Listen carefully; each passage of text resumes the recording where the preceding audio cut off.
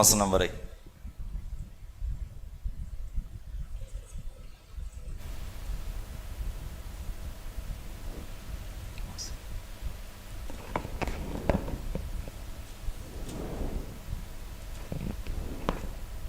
அப்பொழுது இதோ கிறிஸ்து இங்கே இருக்கிறார், அதோ அங்கே இருக்கிறார் என்று எவனாகிலும் சொன்னால் நம்பாதேயுங்கள். ஏனெனில் கள்ள கிறிஸ்துக்களும் கள்ள தீர்க்கதரிசிகளும் எழும்பி கூடுமானால் தெரிந்து கொள்ளப்பட்டவர்களையும் வஞ்சிக்கத்தக்கதாக அடையாளங்களையும் அற்புதங்களையும் செய்வார்கள். நீங்களோ எச்சரிக்கையாயிருங்கள். இதோ எல்லாவற்றையும் முன்னதாக உங்களுக்கு அறிவித்திருக்கிறேன். அந்நாட்களிலே அந்த உபத்திரவத்திற்கு பின்பு சூரியன் அந்தகாரப்படும், சந்திரன் ஒளியை கொடாதிருக்கும், வானத்தின் நட்சத்திரங்கள் விழும், வானத்திலுள்ள சத்துவங்களும் அசைக்கப்படும். அப்பொழுது மனுஷகுமாரன் மிகுந்த வல்லமையோடும் மகிமையோடும் மேகங்களின் மேல் வருகிறதை காண்பார்கள். அப்பொழுது அவர் தம்முடைய தூதரை அனுப்பி தாம் தெரிந்து கொண்டவர்களை பூமியின் கடைமுனை முதற்கொண்டு வானத்தின் கடைமுனை மட்டும் உள்ள 4 திசைகளிலும் இருந்து கூட்டி சேர்ப்பார். அத்திமரத்தினால் போதும். கர்த்தருக்கு மகிமை உண்டாவதாக. பழைய ஏற்பாட்டிலே ஆண்டவருடைய வருகையை குறித்து ஆண்டவர் இயேசு கிறிஸ்து அவருடைய வருகையை குறித்து கிட்டத்தட்ட 300 இடங்களிலே சொல்லப்பட்டிருக்கிறது. அதே போல புதிய ஏற்பாட்டில் 1000 முறை கர்த்தர் வருவார், வந்து இந்த பூமியை அவர் சரி செய்வார் அப்படின்னு சொல்லப்பட்டிருக்கிறது. ஆகவே இந்த வார்த்தைகள் பழைய ஏற்பாட்டில் சொல்லப்பட்ட தீர்க்க தரிசன வார்த்தை. ஆண்டவருடைய அந்த வருகை என்பது அது வெளியரங்கமாக நிறைவேறுகிறது. சரி, இப்போ நம்ம ஏற்கனவே பார்த்தோம். அதில் தெரிந்து கொண்டவர்கள் கையை உயர்த்தி சொல்லுங்க. எத்தனை பேர் தேவனால தெரிந்து கொள்ளப்பட்டிருக்கிறீங்க? ஹல்லேலூயா. தேவனாலே நான் தெரிந்து கொள்ளப்பட்டிருக்கிறேன். ஆமென். ஹல்லேலூயா. தெரிந்து கொள்ளப்பட்டவங்க எப்படி இருப்பாங்க அப்படின்னா, கர்த்தரிலும் அவருடைய சத்துவத்தின் வல்லமையிலும் பலப்படுவார்கள். ஹல்லேலூயா. தெரிந்து கொள்ளப்பட்டவங்க எப்படி இருப்பாங்கன்னா, பிசாசின் தந்திரங்களுக்கு சிக்காதபடி தங்களை பாதுகாத்துக் கொள்வார்கள். தேவனுடைய சர்வாயுத வர்க்கத்தை தரித்து கொள்வார்கள். சொல்லுங்களேன், தேவனுடைய சர்வாயுத வர்க்கம். ஹல்லேலூயா. அப்ப தேவனால தெரிந்து கொள்ளப்பட்டவங்க எப்படி இருப்பாங்க?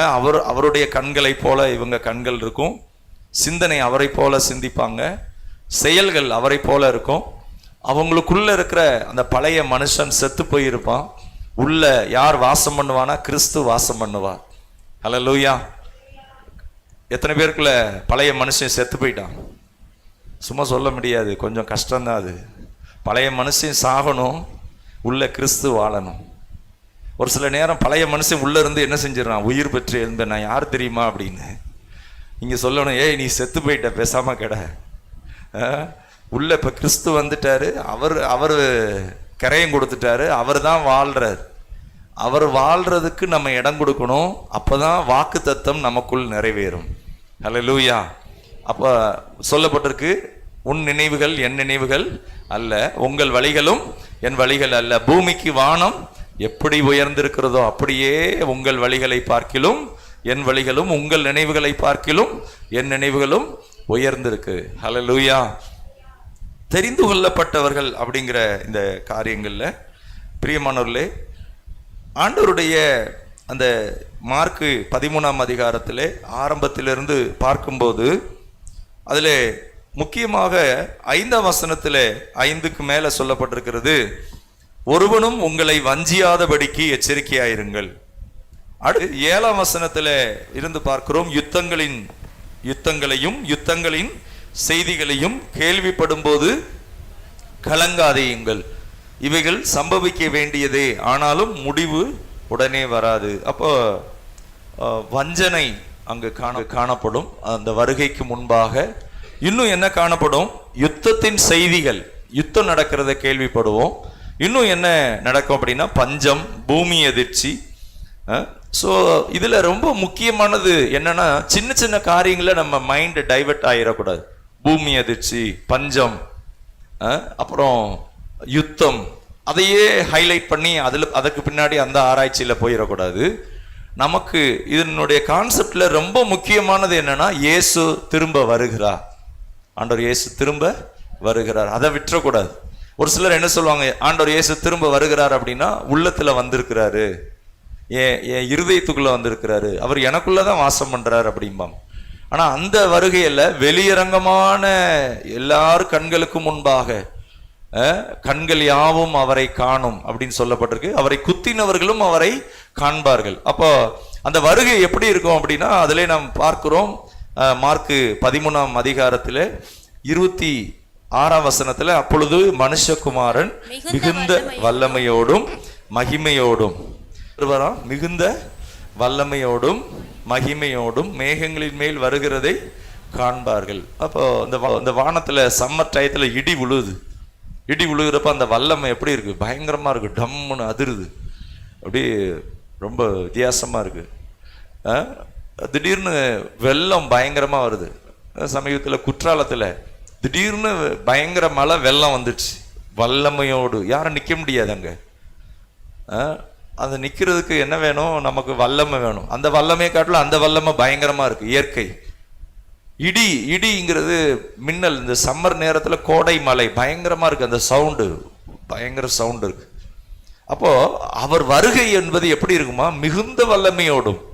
அப்ப இதுவரைக்கும் வந்தது மாதிரி இருக்காது, அவர் பிறந்த நேரம் இருந்த மாதிரி இருக்காது. அவர் இந்த பூமியில ஊழியம் செய்தார் பாருங்க, முதலாம் வருகை, அந்த மாதிரி இருக்காது. அதெல்லாம் காட்டிலும் மிகுந்த வல்லமையோடு. இன்னும் அங்கு வார்த்தை சொல்லப்பட்டிருக்கிறது, மகிமையோடும். மேகங்களின் மேல் அவர் என்ன செய்வார், வருகிறதை காண்பார்கள், வருகிறதை காண்பார்கள். அப்போ ஏன் இது எனக்கு என்ன பிரயோஜனம், என்னுடைய வாழ்க்கைக்கு இந்த வருகை எனக்கு என்ன பிரயோஜனம்? ஸோ அவருடைய வருகை எப்படி நடக்கும், எப்போ நடக்கும், அது நடக்கிறதுக்கு முன்னாடி என்னென்ன சம்பவங்கள்லாம் நிறைவேறும். சரி, அப்ப இந்த வருகை என் வாழ்க்கைக்கு, ஒவ்வொரு நாளும் காலையில தூங்கி இரவு தூங்கி காலையில எந்திரிச்சு என் வேலைகளை பார்க்கிறேன், குடும்பத்தை பார்க்கிறேன், பிள்ளைகளை கவனிக்கிறேன். இன்னைக்கு சொசைட்டில எனக்கு இது என்ன பிரயோஜனம், ரொம்ப முக்கியம். சொல்லுங்களேன், எனக்கு என்ன பிரயோஜனம், எல்லாம் சொல்லுங்களேன், எனக்கு என்ன பிரயோஜனம். அப்போ நம்ம ஆலயத்துக்கு வந்திருக்கிறோம், அந்த வருகை என்பது நமக்கு என்ன பிரயோஜனம் என்று சொன்னால், இந்த வருகை என்பது உங்களை ஆயத்தப்படுத்தும். உங்க குடும்பத்தை நீங்க ஆயத்தப்படுத்துவீங்க, உங்க பிள்ளைகளை ஆயத்தப்படுத்துவீங்க, பரிசுத்தத்திற்கு உங்களை அர்ப்பணிப்பீங்க, அவருடைய வல்லமைக்குரியவர்களாய் இருப்பீங்க. இந்த பூமியிலே பிசாசினுடைய அழிவும் நாசமும் இருக்கிறது, அவன் தந்திரம் இருக்கிறது, அவன் யாரை விழுங்கலாம்னு வகை தேடி சுற்றி திரிகிறான். அப்ப நீங்க இந்த தெரிந்து கொள்ளப்பட்டவங்களா இருந்தா எப்படி இருப்பீங்கன்னா, வல்லமையோடு இருப்பீங்க, சத்துவம் உள்ளவங்களா இருப்பீங்க, கர்த்தருடைய சத்துவத்திலே பலப்பட்டு இருப்பீங்க. சொல்லுங்களேன், கர்த்தருடைய சத்துவத்துல நான் பலப்பட்டு இருப்பேன், கர்த்தரிலும் அவருடைய சத்துவத்தின் வல்லமையிலும் பலப்படுங்கள். அப்போ நீங்க தெரிந்து கொள்ளப்பட்டவங்கன்னா எப்படி இருப்பீங்க, ரொம்ப சாதாரணமா இருக்க மாட்டீங்க, நல்லா அர்ப்பணிச்சு அதுக்காகவே உங்களை ஒப்பு கொடுத்து ப்ரிப்பரேஷனா நல்லா ஆயத்தமாகி. இப்போ கல்யாணம் ஆகுது, இப்போ மணவாளனுக்கு ஆயத்தமாக்கப்பட்ட மணவாட்டி. இப்ப ஜனங்களுக்காக மணவாளன் தன்னை மாற்றிக்கொள்ள வேண்டியதில்லை, மணவாளனுக்காக ஆயத்தமாக்கப்பட வேண்டியது மணவாட்டி. அப்போ நியமிக்கிறாங்க. ஒரு கிராமத்தில் அந்த மாப்பிள்ளையை பார்க்கறதுக்கு அந்த நேரம் வருது. பொண்ணு என்ன செய்யுது, மாப்பிள்ளையை மெதுவாக எட்டி பார்க்குது. எதுக்கு எட்டி பார்க்குறாங்க, என் வாழ்நாளெல்லாம் இவரோட தான் நான் வாழ போகிறேன், இந்த பாதை ஒரு புதிய பாதை, என்னுடைய பெற்றோர் இந்த காரியங்கள் எல்லாம் ஒழுங்கு பண்ணி இருக்கிறாங்க அப்படின்னு சொல்லி அந்த மணப்பெண் என்ன செய்வாங்க, மெதுவாக பார்ப்பாங்க. எதை பார்ப்பாங்க தெரியுங்களா, அவங்களுடைய அந்த தோற்றத்தை பார்ப்பாங்க. பார்த்துட்டு அவங்களுக்குள்ள ஒரு பூரிப்பு. அதுக்குள்ள பேரண்ட்ஸ் எல்லாம் விசாரிச்சு வச்சிருப்பாங்க, அந்த ஃபேமிலி இன்னது, அவர் இன்னும் வேலை பார்க்குறாங்க, இப்படி இன்னது மாதிரி இருக்கு, எல்லாம் தெரிஞ்சு வச்சு. இப்போ அந்த மணப்பெண்ணுக்கு என்னன்னா ஒரு சந்தோஷம், என்றென்றைக்கு நான் அவரோடு கூட இருக்க போகிறேன், என் வாழ்க்கை இதுவரைக்கும் இல்லாத விதத்திலே ஒரு காரியம். அதனாலதான் வெளிப்படுத்தின விசேஷத்துல சொல்லப்பட்டிருக்கிறது, அவர்கள் முகங்களில் இருக்கிற கண்ணீர் யாவையும் அவர் துடைப்பார். இனி துக்கம் இல்லை, இனி அலறுதல் இல்லை, இனி வியாதி இல்லை, இனி வருத்தம் இல்லை, இனி உஷ்ணம் இல்லை. அவரே அவர்கள் முகங்களில் இருக்கிற கண்ணீரை துடைத்து அப்படின்னா என்ன அர்த்தம்? அவரோடு இருக்கத்தக்கதாக. அதுதான் அந்த மகிமை. அது ரொம்ப இன்பமான ஒன்று, மகிமையான ஒன்று, அவரோடு இருக்கிற ஒன்று. இந்த பூமியில கிடைத்தராத ஒரு பெரிய மகிமையான ஒரு வாழ்க்கை. இந்த பூமியில மனுஷனுக்கு மரணம் இருக்கு. கட்டாயம் பூமியில பிறந்த ஒவ்வொருத்தரும் மரணம்னு ஒரு நாள் சந்திச்சே ஆகணும். சந்திக்கவே இல்லை எனக்கு மரணமே வராதுன்னு சொல்ல முடியாது. ஆனா அதே போல பழைய ஏற்பாட்டில் இயேசுவினுடைய வருகை குறித்து என்னென்னதெல்லாம் சொல்லப்பட்டதோ அது எல்லாம் அப்படியே நிறைவேறி இருக்கிறது. ஹல்லேலூயா. அவர் எப்படி பிறப்பார்? அப்ப இதை நம்ம நம்பலாமா? கன்னிகையின் வயிற்றிலே பிறப்பார், அந்த வார்த்தை நிறைவேறினது. அவர் எந்த ஊர்ல பிறப்பார்? அவர் பெத்லெகேம்ல பிறப்பார். அதே மாதிரி பெத்லெகேம்ல தான் பிறந்தார். சரி, அவர் எங்கு வளருவார்? அவர் நசரேன் என்று சொல்லப்படுவார், நாசரேத். அவர் எங்கு ஊழியம் செய்வார்? கலிலேயா. இதெல்லாம் எழுதப்பட்டிருக்கிறது ஏசாயா தீர்க்கதரிசன புஸ்தகத்திலே. அது மாத்திரமல்ல, அவருடைய முடிவு எப்படி இருக்கும்? அவர் எப்படி மரணத்தை வென்று உயிரோடு எழும்புவார்? அவர் எல்லா முகங்களில் இருக்கிற கண்ணீரையும் துடைப்பார். உங்க முகங்களில் இருக்கிற கண்ணீரை துடைப்பார். மரணத்தை ஜெயமாக விழுங்குவார். ஹல்லேலூயா, ஸ்தோத்திரம். அப்ப இயேசு கிறிஸ்துவனுடைய பிறப்பு, அவர் எப்படி மரிப்பார்? சிலுவையிலே தொங்கும் போது அவர் சொன்ன வார்த்தைகள் அதெல்லாம் தீர்க்க தரிசனமாய் எழுதப்பட்டிருக்கிறது. எல்லாம் முடிந்தது. அது மாத்திரமல்ல, அவர் நீசகோலமாக தொங்குவார். என் தேவனே என் தேவனே ஏன் என்னை கைவிட்டி. இதெல்லாம் அந்த வார்த்தைகள் எல்லாம் நிறைவேறுகிறது. சரி, ஏசாயா 53 சொல்லப்பட்டிருக்கு, அவருடைய கல்லறை எங்க வைக்கப்பட்டிருக்கும், அவர் மரித்ததினாலே எப்படி மனுக்குலம் மீட்கப்படும், அது அங்கு சொல்லப்பட்டிருக்கிறது. கர்த்தருடைய நாமத்திற்கு மகிமையுண்டாவதாக. அது மாத்திரமல்ல, இந்த வருகைக்கு நமக்கு சின்ன சின்ன காரியங்கள்ல ரொம்ப முக்கியத்துவம் கொடுத்து அந்த மெயினான கான்செப்டை விட்டு விலகிடக்கூடாது. என்ன கான்செப்ட்? ட்ரெஸ் இப்படித்தான் உடுத்தணும், சர்ச்சுக்கு வந்தால் ட்ரெஸ் என்ன செய்யணும், இப்படித்தான் உடுத்தணும், இப்படிதான் இருக்கணும் அப்படிங்கிறதுல ரொம்ப முக்கியத்துவம் கொடுத்து அந்த அஸ்திபாரமான காரியங்களை அசால்ட்டா விட்டுறக்கூடாது. எனக்கு எல்லாம் தெரியும், தெரிஞ்சது தானே அப்படின்னு சொல்லிட்டு நம்மளுடைய அந்த பாதை வேற பாதைக்கு போயிடக்கூடாது. சரி, இந்த தெரிந்து கொள்ளப்பட்டவர்கள் எப்படி இருப்பாங்கன்னு இன்னும் ஒரே ஒரு பாயிண்ட் மட்டும் சொல்லி நம்ம இந்த பகுதிக்குள்ள கடன் செல்லலாம். அது அன்னைக்கு வியாழக்கிழமை பைபிள் ஸ்டடியில் அதை பற்றி சொன்னோம். அதில் ஒரே ஒரு சில பாயிண்ட் மட்டும் சொல்லி நம்ம அடுத்த நிலைக்கு போகலாம். எபிரேயரின் புஸ்தகம் 6ஆம் அதிகாரம். எபிரேயரின் புஸ்தகம் 6ஆம் அதிகாரம். அதில் முதல் வசனம், ஆகையால் கிறிஸ்துவை பற்றி சொல்லிய உபதேச வசனங்களை நாம் விட்டு செத்த கிரியைகளுக்கு நீங்களாகும் மனம் திரும்புதல், தேவன் பேரில் வைக்கும் விசுவாசம், ஸ்தானங்களுக்கு அடுத்த உபதேசம், கைகளை வைக்குதல், மரித்தோரின் உயிர்த்தெழுதல், நித்திய நியாய தீர்ப்பு என்பவைகளாகிய அஸ்திபாரத்தை மறுபடியும் போடாமல் பூர்ணராகும்படி கடந்து போவோமாக. சொல்லுங்களேன், பூர்ணராகும்படி கடந்து போவோமாக. திரும்ப சொல்லுங்களேன், பூர்ணராகும்படி நான் கடந்து போக வேண்டும். சத்தமா சொல்லுங்க, பூர்ணராகும்படி நான் கடந்து போக வேண்டும். ஹல்லேலூயா. அப்ப பூர்ணராகும்படினா, ஒரு குழந்தை 5 வயசு, அடுத்த 6வது வயசு போகணும், அடுத்து 7, 6வது வயசு ஆகிறப்ப திரும்ப ஒரு வயசுல இருக்கிற மாதிரி இருந்தா எப்படி இருக்கும்?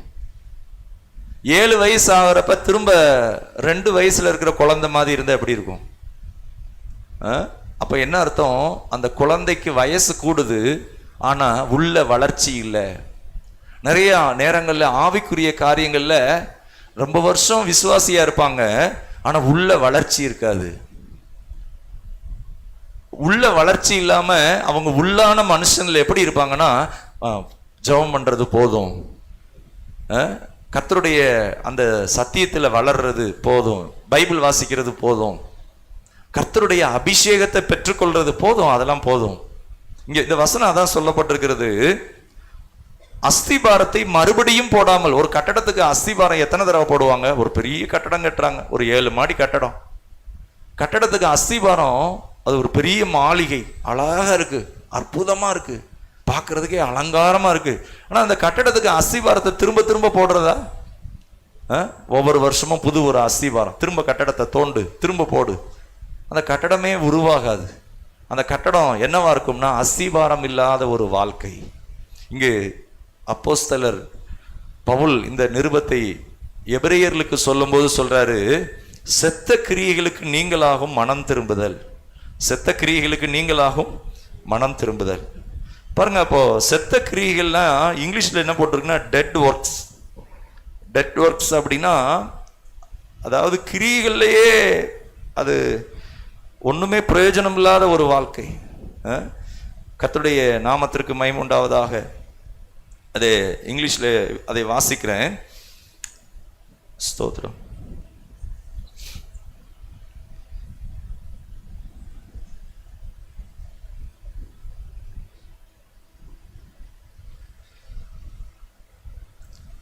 தமிழ்ல நாம் வாசிக்கிறோம், கிறிஸ்துவை பற்றி சொல்லிய மூல உபதேச வசனங்களை நாம் விட்டு செத்த கிரியைகளுக்கு நீங்களாகும் மனம் திரும்புதல். செத்த கிரியைகளுக்கு நீங்களாகும் மனம் திரும்புதல். சொல்லுங்களேன், மனம் திரும்புதல்.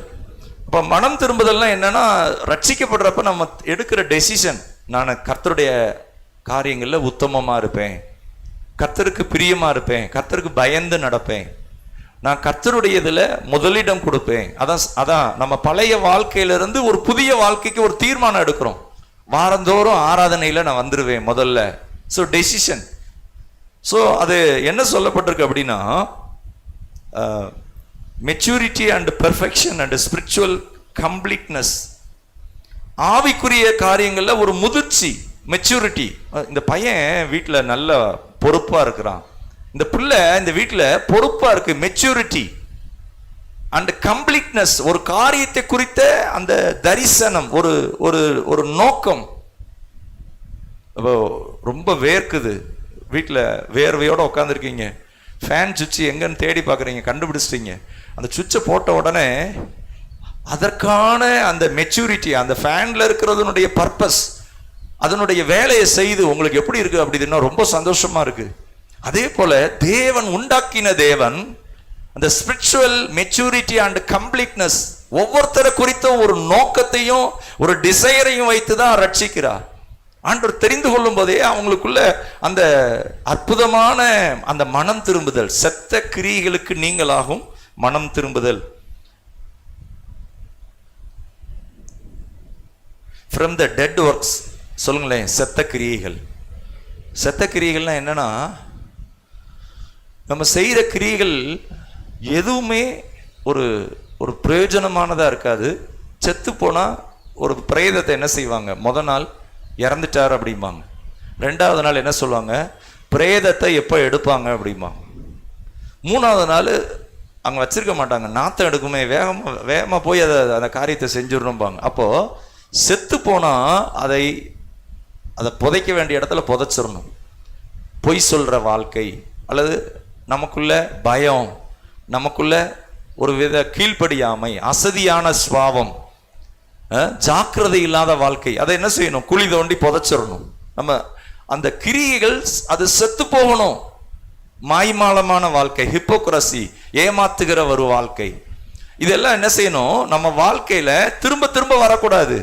நம்மளை யாராவது ஒருத்தர் கண்காணிக்கணும், நம்மளை யாராவது நமக்கு புத்தி சொல்லணும், ஜெபம் பண்ணிட்டீங்களா அப்படின்னு கேட்கணும், பைபிள் படிச்சிட்டீங்களான்னு கேட்கணும். ஸோ திரும்ப பழைய சுபாவம், அசுத்தமானதை செய்கிறதற்கு ஆசை. அப்படின்னா என்ன அர்த்தம், உள்ள டெட் ஒர்க்ஸ், செத்த வாழ்க்கை இருக்கு. பாவத்தின் சம்பளம் மரணம், the wages of sin, அது என்னதான், டெத்.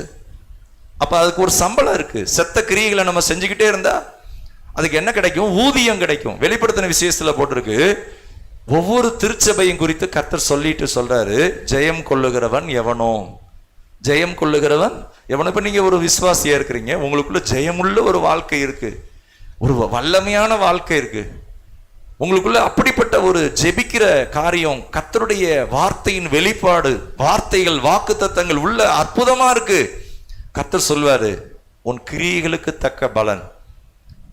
ரூத்தை குறித்த ஆண்டவர் சொல்றாரு, நீ எப்படி இருந்தேனா, இஸ்ரவேலின் செட்டைக்குள்ளே அடைக்கலமாய் வந்த உனக்கு அவராலே நிறைவான பலன் கிடைப்பதாக. ஒரு மோவாபிய பெண் அந்த தேசத்துக்குள்ள திரும்ப வர்றாங்க, எருசலேமுக்குள்ள வர்றாங்க. மோவாபிலே இருந்திருக்கலாம், அவங்க இனத்தாரோடு இருந்திருக்கலாம், ஜனத்தோடு இருந்திருக்கலாம். எப்படி நடக்க போகுது வாழ்க்கை? எருசலேமுக்கு போனா பிழைப்போமா? மாமியாரே தரித்திரமா இருக்கிறாங்க, மாமியாருக்கு ஒண்ணுமே இல்லை, எல்லாத்தையும் இழந்து போயிட்டாங்க. மாமனார் இல்லை, அந்த பெண்ணுடைய கணவர் இல்லை, எதுவுமே இல்லை. ஆனா ஒண்ணு இருக்கு, என்ன தெரியுமா? விசுவாசம். ஒண்ணு இருக்கு, என்ன இருக்கு தெரியுமா? பொறுமை. கர்த்தர் நடத்துவார், முடிவு பரியந்தம் நம்மை நடத்துவார். சொல்லுங்களேன், முடிவு பரியந்தம் நம்மை நடத்துவார். இந்த தேவன் என்றென்றும் உள்ள சதா காலமும், கவனிக்கலாம், நமது தேவன் நம்ம என்ன செய்வாரு? மரண பரியந்தம் நம்மை நடத்துவார். அப்ப நம்பிக்கையோட வர்றாங்க ரூத்து. கர்த்தர் அந்த ரூத்தை ஆசீர்வதிக்கிறார். ஹல்லேலூயா. அப்ப அந்த அந்த அந்த விசுவாசத்தோடு நடக்கிற வாழ்க்கை. இந்த எபிரேயர் 6ல இங்கு வாசிக்கிறோம்.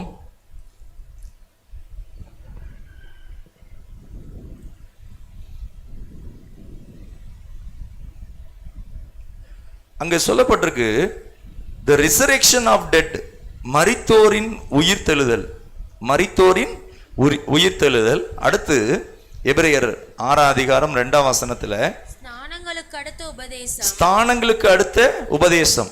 ஸ்தானங்களுக்கு அடுத்த உபதேசம்னா என்னன்னா, கர்த்தருடையதுல உத்தமமா இருக்கிறது, கர்த்தருடையதுல வைராக்கியமா இருக்கிறது. ரூத்து சொல்றாங்க, நான் செத்தாலும் சாகிறேன், ஆனா கர்த்தரை தான் பின்பற்றுவேன்.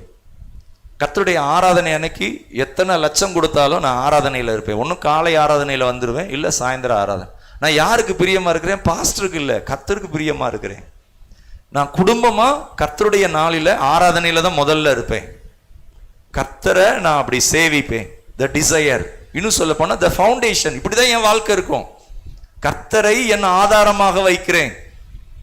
ஸோ இது என்ன ஆகும் அப்படின்னா, அடுத்து அதில் சொல்லப்பட்டிருக்கு, 2 விதமான பேர் இருக்கிறாங்க. மழை, வானத்திலேருந்து மழை பெய்யுது. மழை பெஞ்ச உடனே அதை தண்ணியை குடிச்சு பலன் கொடுக்கிற மரம், கனி கொடுக்கிற மரம். தண்ணியை குடிச்சு முள்ளை முளைப்பிக்கிற மரம். தண்ணியை குடிச்சு கனியை கொடுக்கிற மரம் ஆசீர்வதிக்கப்பட்டது. அந்த நிலம் ஆசீர்வதிக்கப்படும், அந்த அந்த மரமும் ஆசீர்வதிக்கப்படும். ஆனா முள்ள கொடுக்கிற மரம் அது வெட்டப்படும், அது சபிக்கப்பட்டதாக இருக்கும், அது தீக்கு இரையாக்கப்படும். நமக்குள்ள கனி கொடாத ஒரு வாழ்க்கை இருக்குமானால், நாம் கர்த்தருக்கு கீழ்ப்படியாமல் கர்த்தருடைய நாமத்திற்கு நாம் ஒரு வேதனையாக இருப்போமானால், முள்ளு போல இருப்போமானால், அங்கு சொல்லப்பட்டிருக்கு, அதன் முடிவு அது சபிக்கப்பட்டதாயும் அது அக்கினிக்கு இரையாக்கப்படும். ஒருவேளை நம்ம வாழ்க்கையில என்ன வாழ்க்கையோடு நாம் இருக்கிறோம்? அடுத்து சொல்றாரு, இந்த தெரிந்து கொள்ளப்பட்டவங்கள வாக்கு தத்தத்தை சுதந்திரிக்கிறதற்கு உரியவங்க எப்படி இருக்கிறாங்களாம்? ஸ்தோத்திரம். 11 நீங்கள் அசதியாயிராமல், நீங்கள் அசதியாயிராமல் வாக்கு தத்தமான ஆசீர்வாதங்களை விசுவாசத்தினாலும் நீடியப்பினாலும் சுதந்திரித்துக் கொள்ளுகிறவர்களை பின்பற்றுகிறவர்களா இருந்து. கவனிக்கலாம். அப்ப பின்பற்றுகிறவர்களாக, ஆண்டவருடைய நாமத்தை காட்டிலும் பெற்றோரை ரொம்ப நேசிக்கிறது, ஆண்டவருடைய நாமத்தை காட்டிலும் கணவரை நேசிக்கிறது, மனைவியை ரொம்ப நேசிக்கிறது, பிள்ளைகளை ரொம்ப நேசிக்கிறது, கர்த்தருடையதை அற்பமா என்றது, கர்த்தருடையதை கனவீனம் பண்ணுவது. பாருங்க, அதுதான் பழைய வாழ்க்கை. ஆண்டவருக்குரிய அந்த இடத்த எதுக்கு கொடுத்துறது? குடும்பத்துல ஒருவேளை தகப்பனுக்கு கொடுத்துறது அல்லது தாய்க்கு கொடுத்துறது. ஆண்டவருக்குரிய இடத்த மனுஷருக்கு கொடுத்துறது. அது என்ன ஆகும்னா, ஆபத்து வரும்போது, அவர்களால் கைவிடப்படும் போது அவர்கள் ஏமாந்து போய்விடுவார்கள். ஏன்னா அவங்க மனுஷர். ஆனா கர்த்தர் மேல நம்பிக்கை வைக்கும் போது, கர்த்தர் எனக்கு கொடுத்த பெற்றோர், கர்த்தர் எனக்கு கொடுத்த சகோதரன், கர்த்தர் எனக்கு கொடுத்த குடும்பம், கர்த்தர் எனக்கு கொடுத்த வேலை, சோ கர்த்தரை சார்ந்து கொள்ளும் போது உங்களுக்குள்ள என்ன இருக்குன்னா, அந்த பழைய மனுஷன் செத்து போயிருப்பான், அவன் செத்து ரொம்ப நாளா இருக்கும். ஆனா உள்ள கிறிஸ்து வாழ்வார். ஒருவன் கிறிஸ்துவுக்குள் இருந்தால் அவன் புது சிருஷ்டியாயிருக்கிறான், பழையவைகள் எல்லாம் ஒளிந்து போயின. அந்த வாக்கு தத்தங்கள், இந்த வசனம் சொல்லப்பட்டிருக்கு, எல்லாரும் வாசிக்கலாம். 11 நீங்கள் அசதியாயிராமல் வாக்கு தத்தமான ஆசீர்வாதங்களை விசுவாசத்தினாலும் நீடிய பொறுமையினாலும் சுதந்திரித்துக் கொள்ளுகிறவர்களை பின்பற்றுகிறவர்களாயிருந்து உங்களுக்கு நம்பிக்கையின் பூரண நிச்சயம் உண்டாகும்படி நீங்கள் யாவரும் முடிவு பரியந்தம் அப்படியே ஜாக்கிரதையை காண்பிக்க வேண்டும் என்று ஆசையாயிருக்கிறோம். சொல்லுங்களேன், அசதியாயிராமல். சத்தமா சொல்லுங்க, அசதியாயிராமல். அங்கு சொல்லப்பட்டிருக்கு, வாக்குத்தத்தமான ஆசீர்வாதங்களை சுதந்திரிக்கிறவர்களை, அந்த எப்படி சுதந்திரிக்கணுமா? விசுவாசத்தினாலும் நீடிய பொறுமையினால். சொல்லுங்களேன், விசுவாசத்தினாலும் நீடிய பொறுமையினாலும். ஹல்லேலூயா, ஆண்டவருக்கு மகிமை உண்டாகட்டும். விசுவாசத்தினாலும் நீடிய பொறுமையினாலும். ஆபிரகாமுக்கு கர்த்தர் வாக்குத்தத்தம் பண்ணாரு. அந்த வாக்குத்தத்தத்தை பெற்றுக்கொள்ளுகிறதற்கு அவருக்கு 2 கேரக்டர் இருந்தது. ஒன்னு விசுவாசம், 2வது நீடிய பொறுமை. தேவன் சொன்னதை நிறைவேற்றுவார் என்பதை நிச்சயமாய் நம்பி அவன் போகிற இடம் இன்னதென்று அறியாதபடி அவன் விசுவாசத்திலே போனான். கர்த்தர் சொன்னாரு, நிச்சயமாகவே உன்னை ஆசீர்வதித்து உன்னை பெருக ஆசீர்வதிக்கவே. அப்படின்னா இந்த பூமி ஆதாம் மேல ஆண்டவர் ஒரு சாபம் கொடுத்தார். அடுத்து ஏவாளுக்கு ஒரு சாபம் கர்த்தர் தான் கொடுத்தார். பூமியின் மேல ஒரு சாபம் கீழ்ப்படியாமையினாலே, சர்ப்பத்தின் மேல சாபம். ஆனா தேவன் ஆபிரகாமுக்கு என்ன சொன்னாரு? நான் உன்னை ஆசீர்வதித்து. ஆபிரகாமுக்கு மட்டும் சொல்லல, இன்றைக்கு ஆண்டவரை பின்பற்றுகிற உங்களுக்கும் எனக்கும் அந்த வாக்குத்தத்தத்தை கர்த்தர் ஞாபகப்படுத்துகிறார். உன்னை ஆசீர்வதித்து உன்னை பெருகவே ஆசீர்வதிக்கவே. 2 வார்த்தை சொல்றார் அந்த உடன்படிக்கையில சொல்றார். 14ஆம் வசனம், நிச்சயமாகவே நான் உன்னை ஆசீர்வதிக்கவே. 2 தடவை வருது பாருங்க, ஆசீர்வதிக்கவே, ஆசீர்வதித்து, பெருகவே. அந்த பெருகவே அப்படின்னா என்னன்னா, உங்க கண்கள் இயேசுவின் கண்களாக அவர் மாதிரி பாக்குறீங்க. உங்க கரம் அவர் மாதிரி வல்லமையான கரமாக இருக்கிறது. உங்களுக்கு தூங்குறதுக்கு நிறைய நேரம் ஆண்டவர் கொடுக்கிறார். ஆனா இயேசுவை போல ஜெபிக்கிறவங்களா ஜாக்கிரதையாக, ஆண்டவர் இயேசுவை போல வல்லமையாக. அந்த இங்க சொல்லப்பட்டிருக்கு, ஜாக்கிரதையாயிருக்க கடவும், அசதியாயிராமல். சொல்லுங்களேன், அசதியாயிராமல். அந்த வாக்குத்தத்தத்தை சுதந்திரிக்கிறதுல அசதியா இருக்கக்கூடாது.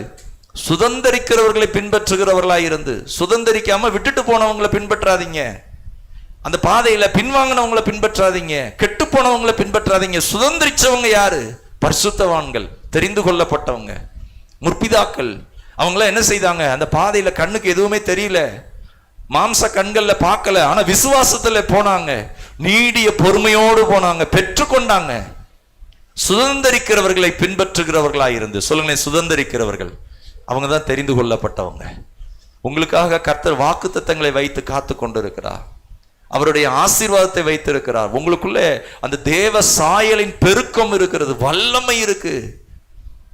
உங்க பிள்ளைகள் உங்களுக்குள்ள இருந்து ஒரு இன்னும் வல்லமையாய் எழும்ப போறாங்க. உங்களுக்குள்ள இருந்து அந்த மகிமை வெளிப்பட போகுது. இதெல்லாம் எப்படின்னா, கர்த்தர் ஆபிரகாமுக்கு வாக்கு பண்ணி அதை நிறைவேற்றினார். சொல்லுங்களேன், வாக்கு பண்ணி அதை நிறைவேற்றினார். ஹல்லேலூயா. அவர் சொன்னதை செய்யும் அளவும் அவர் கைவிடுவதில்லை. சொல்லுங்களேன், கையை வேர்த்தி சொல்லுங்களேன், சொன்னதை செய்யும் அளவும் அவர் கைவிடுவதில்லை. ஹல்லேலூயா. பாருங்க, ஆண்டவர் ஆதாம்கிட்ட அந்த ஒரு வார்த்தையை கொடுத்தாரு. ஆதாம் காத்து கொள்ள தவறி விடுவான் என்று தெரியும். எப்படி பாஸ்டர் சொல்றீங்க? அதனாலதான் அவர் என்ன செய்தாரு? அந்த ஆதாமுக்காக உலக தோற்றத்துக்கு முன்னாடியே பிந்தின ஆதாமாகி இயேசுவை ஆயத்தப்படுத்தி வச்சிட்டாரு. ஹல்லேலூயா. ஆதியாகமம் 3:15 சொல்றாரு, ஸ்திரீயின் வித்தாய் வருகிறவர் உன் தலையை நசுக்குவார். எப்படி பிளான் பண்ணியிருக்கிறார் பாருங்க.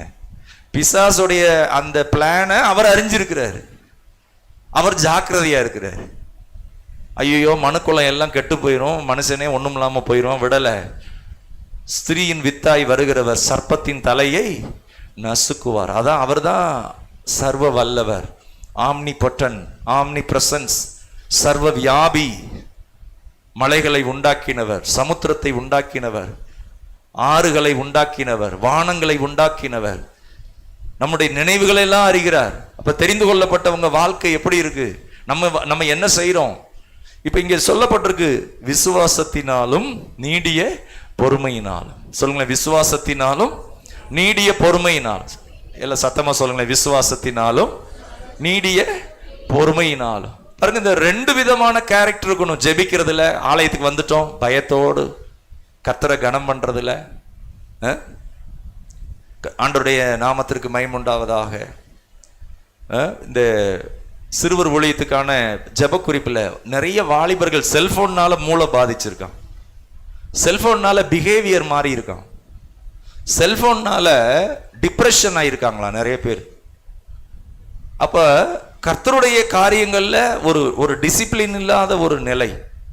இந்த பிள்ளைகள் என்ன ஆயிருவாங்க கொஞ்ச நாள் கழிச்சு, உறவுங்கிறத விரும்ப மாட்டாங்க. ஒரு வீட்டுக்குள்ள அண்ணன் தம்பி 2 பேர்னா அண்ணன் தம்பி 2 பேரும் கூட பேச மாட்டாங்க, அப்பாவோடு உறவு இருக்காது. ஏன்னா செல்போன் தான் அவங்களுக்கு முக்கியமா இருக்கும்.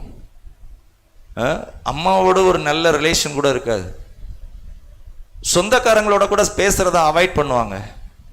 சொந்தக்காரங்க வீட்டுக்கு போனா பிள்ளை எதுல உட்காந்துருக்கும், போன்லயே உட்காந்துருக்கும். எப்படி பாருங்க, ஒரு அநாகரிகமான ஒரு போக்கு. இதுதான் அழிவும், அங்கதான் அழிவும் அங்கதான் போய் வரப்போகுது.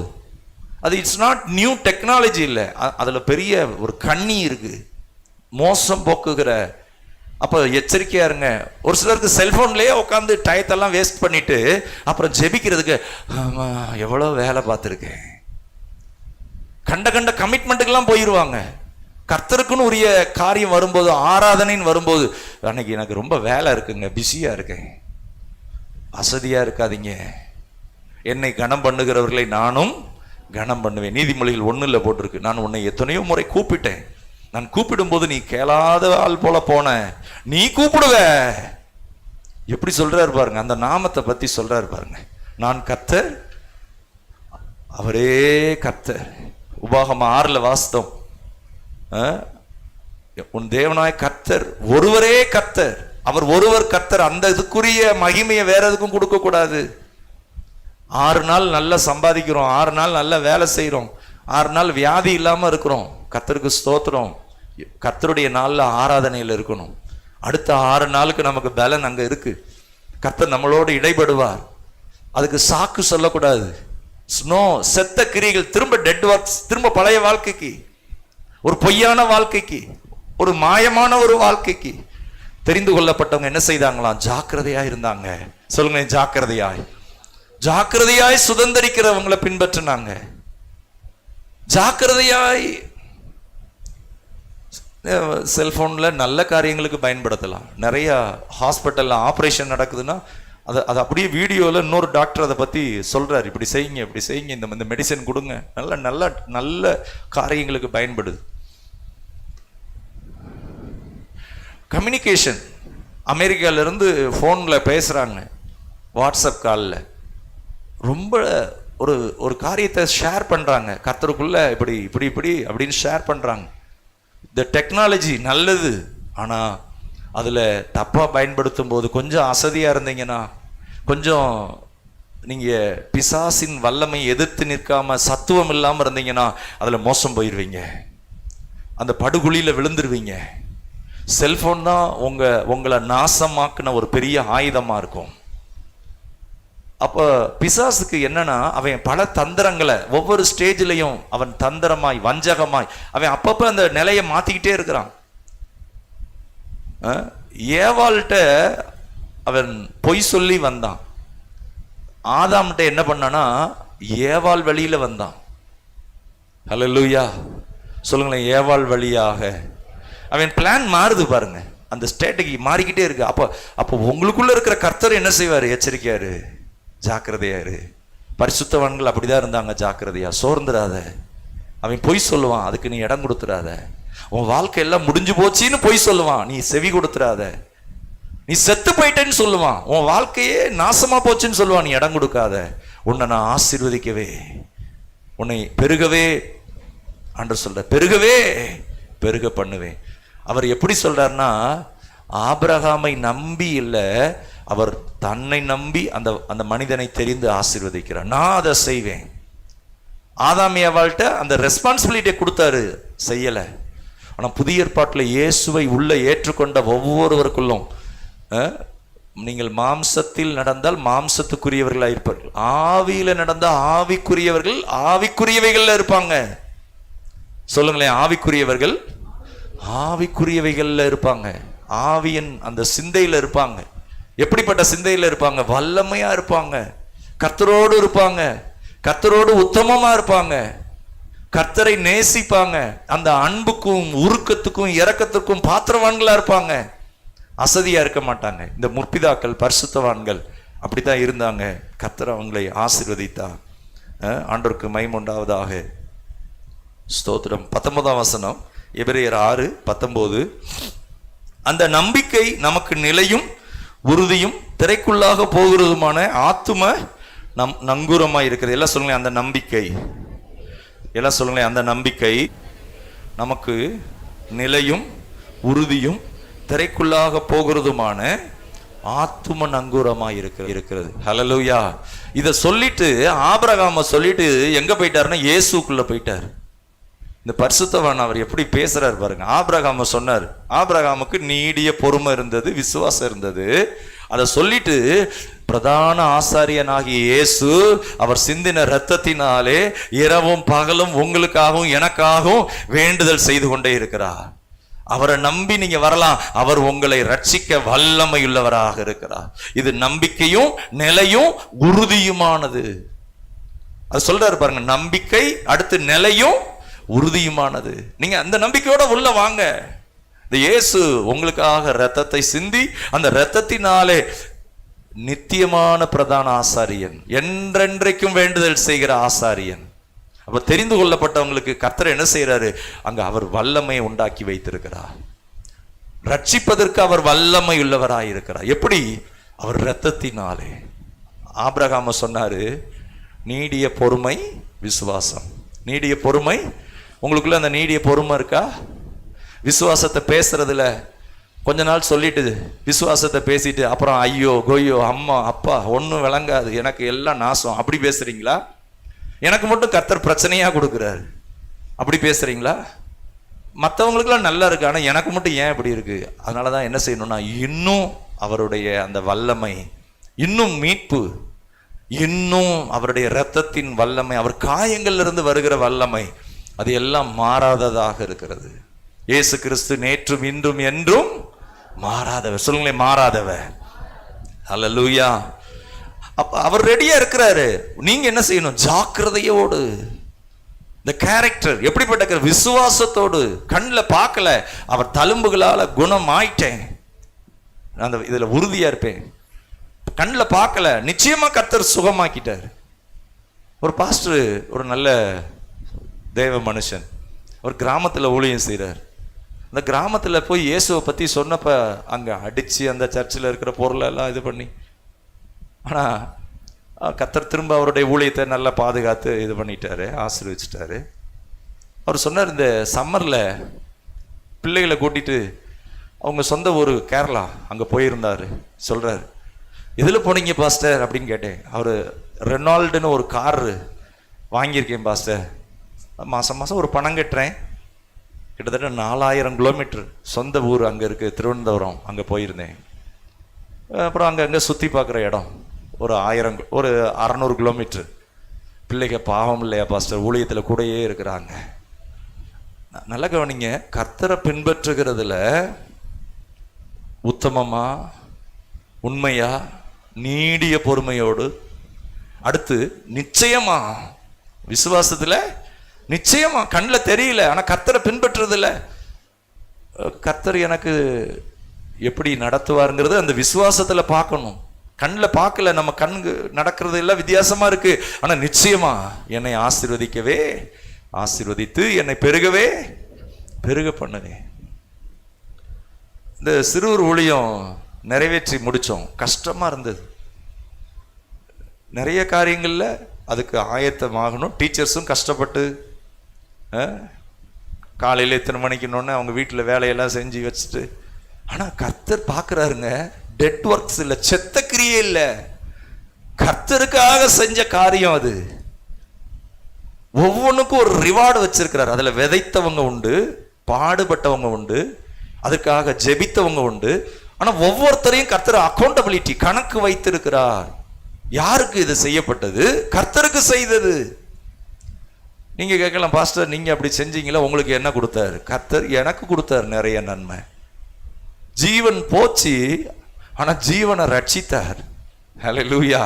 ஒரு காரியத்தை செய்யறப்ப நமக்கு ஒரு பையனோ பிள்ளையோ எக்ஸாமுக்கு படிக்கிறாங்க, செத்து போகிற மாதிரி படிக்கிறாங்க, உயிரை கொடுத்து படிக்கிறாங்க.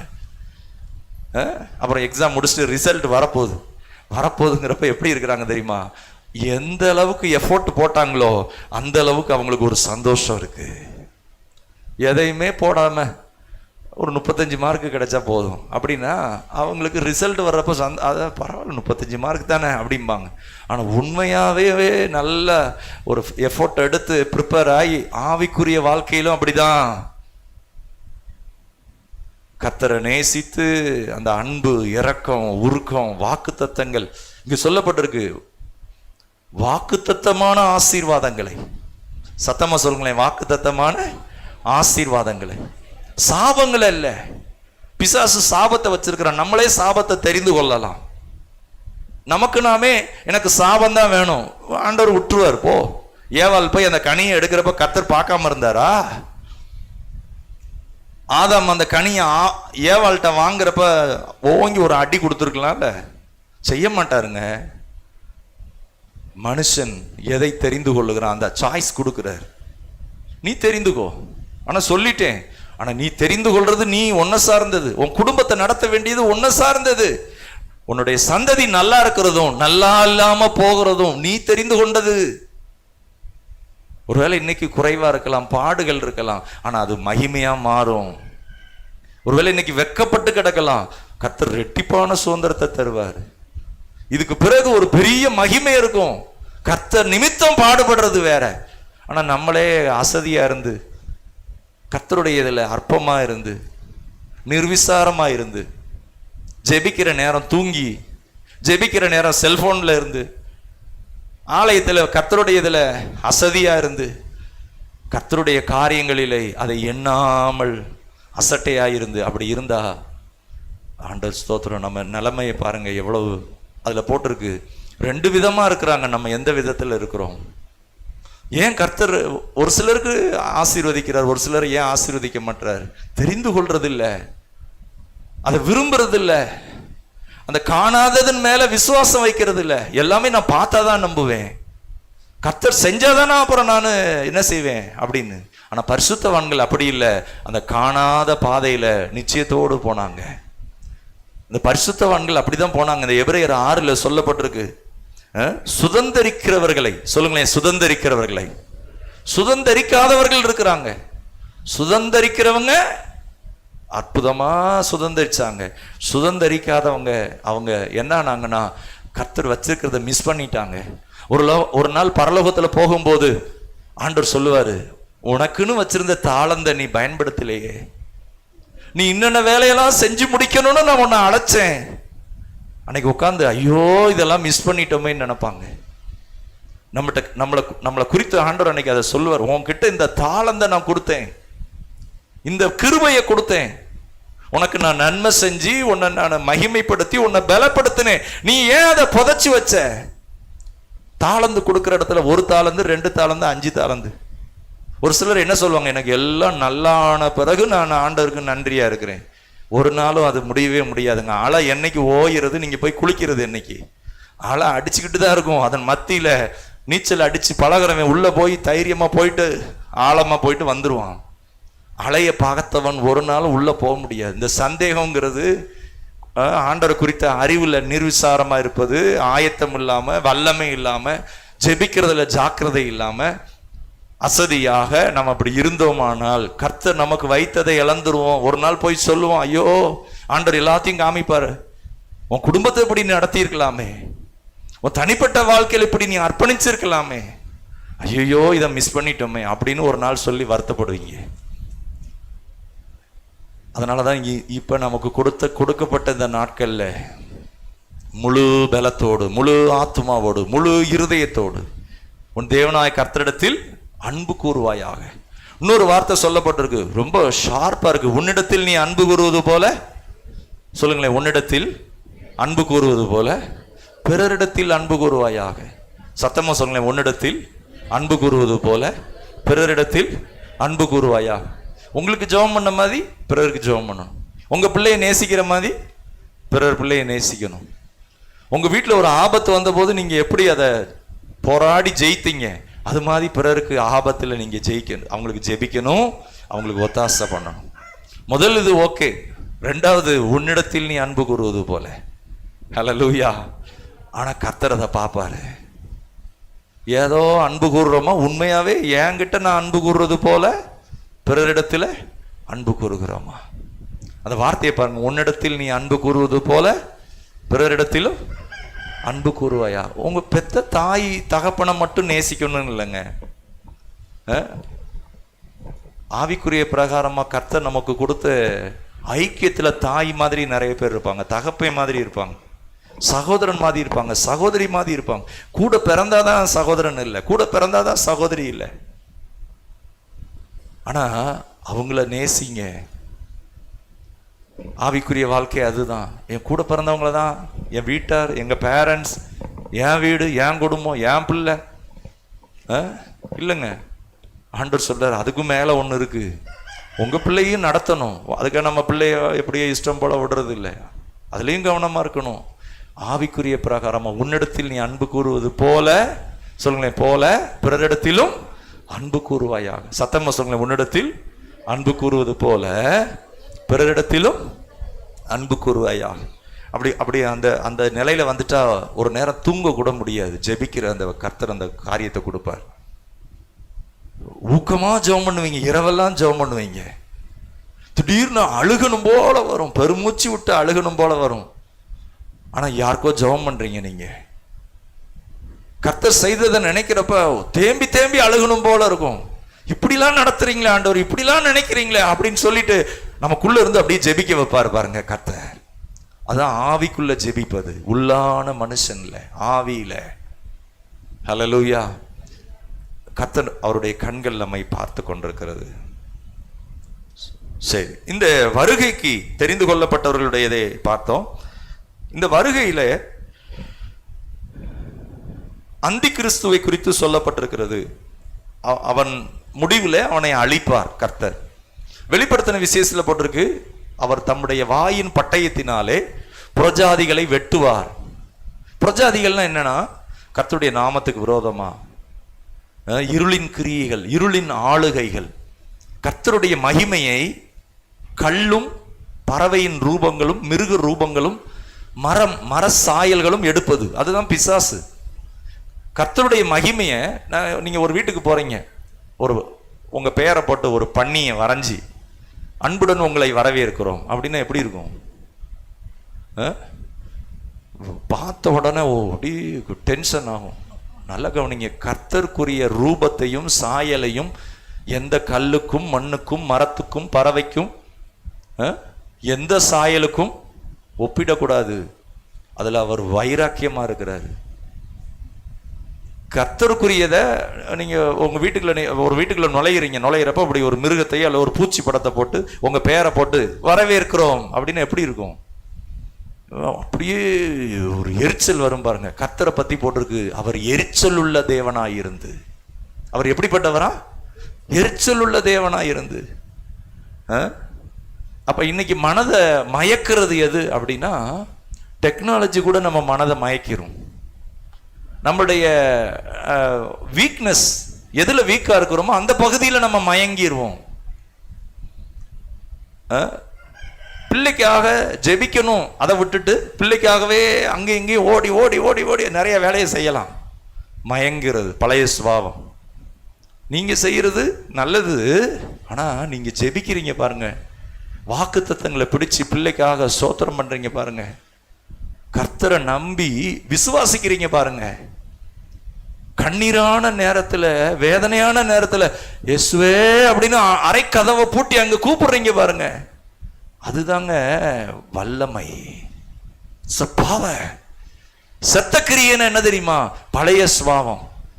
அதை கூப்பிடும், நீயும் நானும் பங்காளி, வா பழைய மாதிரி இருப்பா, ஓடி ஓடி செய், உன் பலத்தை காமி, உன்னை காமி, நீ யாருன்னு காமி. ஆனா ஆவியானவர் சொல்லுவாரு, நீ என் பலத்துக்குள்ள வா, என் வார்த்தையின் வெளிப்பாடுகளுக்குள்ள வா, விசுவாசத்துக்குள்ள வா, நீ சந்தேகப்படாத, நான் உனக்கு துணையா இருப்பேன், பயப்படாத, நான் உன்னை பலப்படுத்துவேன், நான் உன்னை ஆசீர்வதிப்பேன், நான் உன்னை உயிர்ப்பிப்பேன்.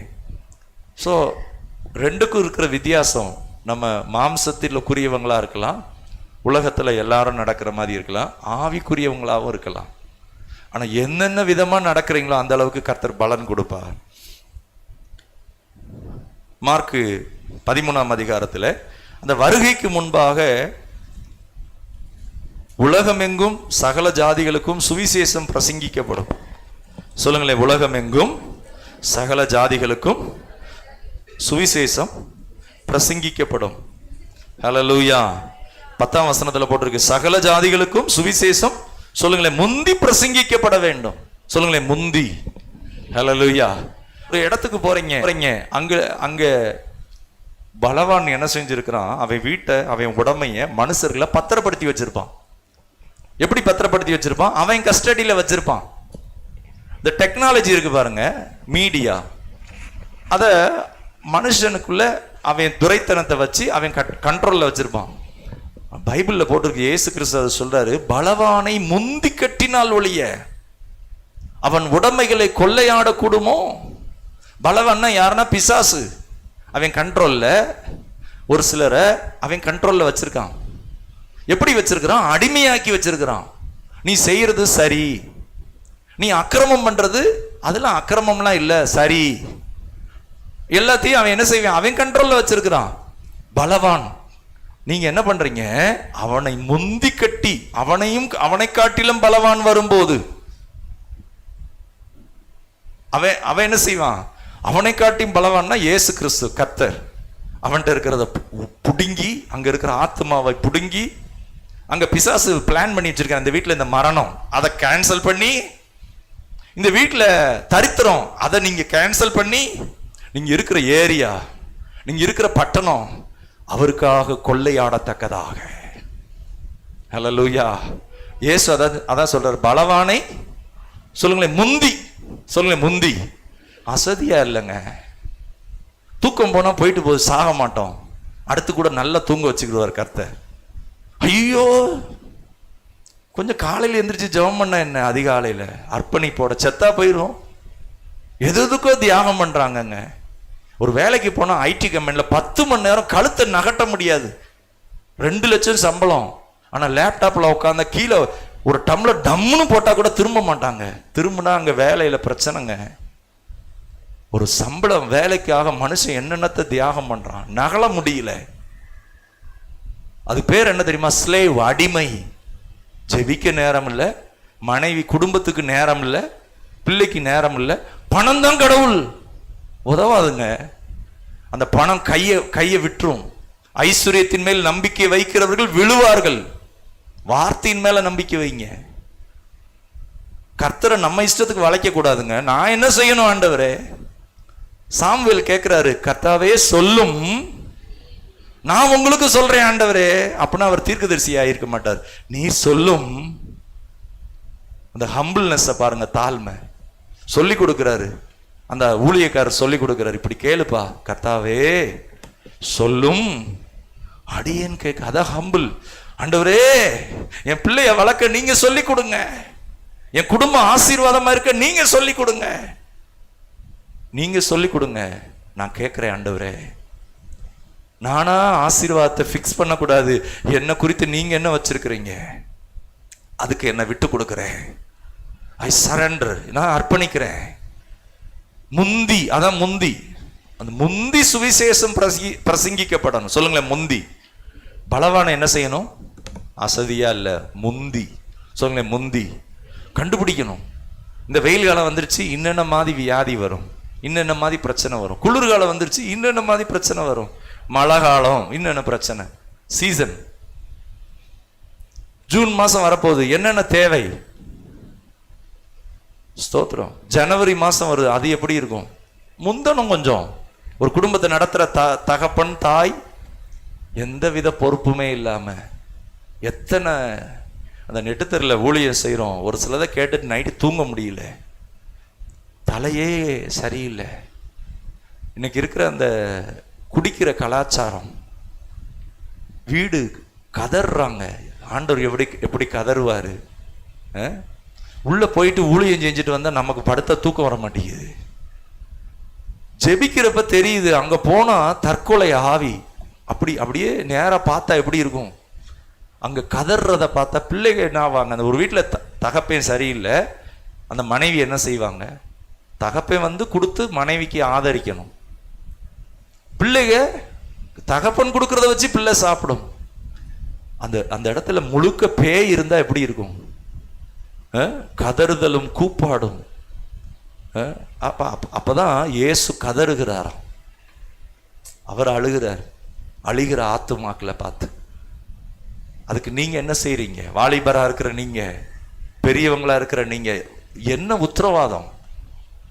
அவர் உங்க மேல அன்பு கூர்ந்தாரு, அதுக்கு என்னதான் செஞ்சீங்க? ஆண்டவருக்கு மகிமையுண்டாவதாக. முந்தி பிரசங்கிக்கப்படணும். பிசாசும் அவன் வேலையை முந்தி செய்யறான். எப்படி செய்யறான்? அசுத்தமும் அக்கிரமும் ரொம்ப நல்லதுன்னு அவன் பிரசங்கம் பண்ணிக்கிட்டு இருக்கிறான். அவனுடைய இப்போ உதாரணத்துக்கு இந்த ரம்மி விளையாட்டு, அது நிறைய பேர் செத்து போகிறாங்க. ஆனால் அது எப்படி இருக்குது? அது ரொம்ப, நான் 1 கோடி ரூபா ஜெயிச்சிருக்கிறேன், நீங்களும் ஜெயிக்கலாம், அது எப்படி இருக்கு பாருங்க. அப்புறம் மெதுவாக சொல்லுவாங்க, இது கட்டுப்பாட்டுக்கு உட்பட்டது, உங்களுடைய நிலையை அறிந்து நீங்கள் உங்களை பாதுகாத்து கொள்ளுங்கள். நீ சாகவும் செய்யலாம், தப்பிச்சுக்கிட்டேன்னா பழச்சிக்கலாம். இப்படி எல்லா பகுதிகளிலையும் பிசாசனுடைய கிரியைகள் இருக்கிறது. 14ஆம் வசனத்துல பாழாக்குகிற அருவருப்பை குறித்து, அந்தி கிறிஸ்துவை குறித்து, யோவான் 1 யோவான் 2 அதுல சொல்லப்பட்டிருக்கிறது. 2ஆம் அதிகாரம் 1 யோவான் 2:18 அந்தி கிறிஸ்துவை குறித்து சொல்லப்பட்டிருக்கிறது. 1 யோவான் 2:18. பிள்ளைகளே, இது கடைசி காலமாய் இருக்கிறது. அந்தி கிறிஸ்து வருகிறான் என்று நீங்கள் கேள்விப்பட்டபடி இப்பொழுதும் அநேக அந்தி கிறிஸ்துக்கள் இருக்கிறார்கள். பாருங்க, அன்னைக்கு யோவான் காலத்திலே அந்தி கிறிஸ்துக்கள் இருந்திருக்கிறாங்க. இது கடைசி காலம் என்று அறிகிறோம்.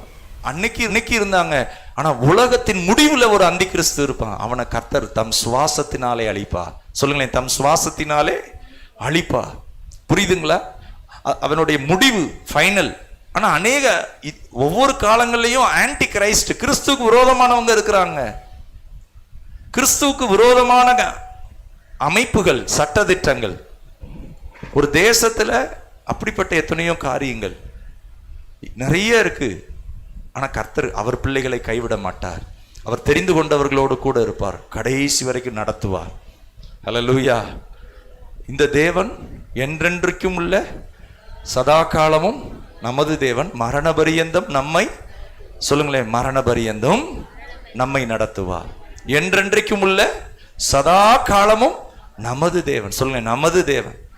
பவுல் சொல்றாரு, என் தேவன், மை காட். முற்பிதாக்கள் எல்லாம் நல்ல தேர்னவர், அறிந்தவர். ஆபிரகாமின் தேவன், ஈசாக்கின் தேவன், யாக்கோபின் தேவன், முற்பிதாக்களின் தேவன். இப்ப என்ன சொல்றாரு தெரியுமா? ஆபிரகாம நடத்தினவர், ஈசாக்க நடத்தினவர், யாக்கோப நடத்தினவர், அவங்களெல்லாம் ஆசீர்வதித்தவர். இப்ப சொல்லிட்டாரு, என் தேவன். எங்க போயிட்டாரு பாருங்க. ஆபிரகாமின் தேவன் சொல்ல மாட்டார், என் தேவன். நீங்களும் அப்படிதான் சொல்லணும். ஆபிரகாமின் தேவன், ஆபிரகாம் இப்ப இல்ல, ஆனா தேவன் இருக்கிறாரு.